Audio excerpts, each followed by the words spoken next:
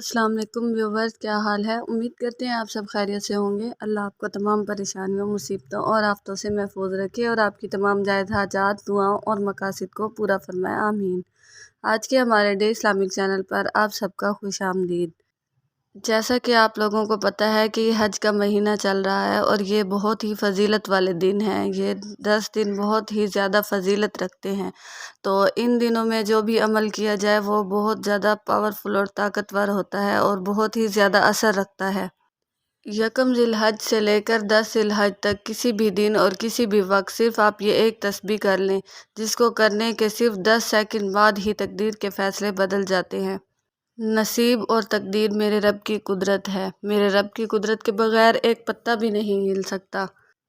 और ये हज का महीना है और हज के महीने के ये 10 दिन इतनी फजीलत वाले हैं कि जो बंदा कहता है कि मेरी दुआएं कबूल नहीं होती, मेरी हाजात पूरी नहीं होती, जो बंदा कहता है कि मैं लाखों कोशिशों के बावजूद भी कामयाब नहीं होता, बेशुमार कोशिशों के बावजूद भी नाकामी का सामना होता है, तो मेरी उनसे दरख्वास्त है कि वो एक बार ये तस्बीह इन 10 दिनों में ज़रूर करके देखें।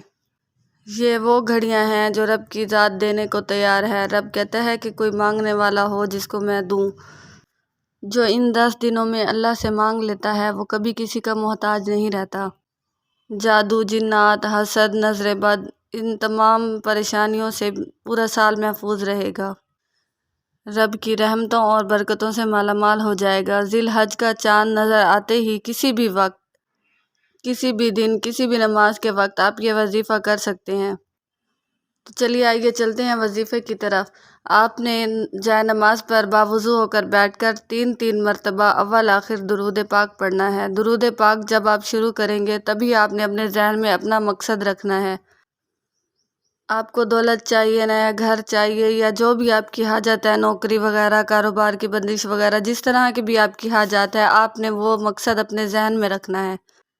किसी भी तरह की हाजात हैं या परेशानियां हैं, जैसे कारोबार की बंदिश है, रोज़ी में बरकत नहीं, या फिर नौकरी के लिए या रिश्ते वगैरह के लिए, किसी भी चीज़ के लिए आपने सिर्फ अपने जहन में अपना मकसद रखना है और उसी मकसद के तहत आपने जो है ना इस तस्बीह को पढ़ना है। ये वो तस्बीह है जो कि तकदीर के बंद दरवाज़े खुलवा देती है।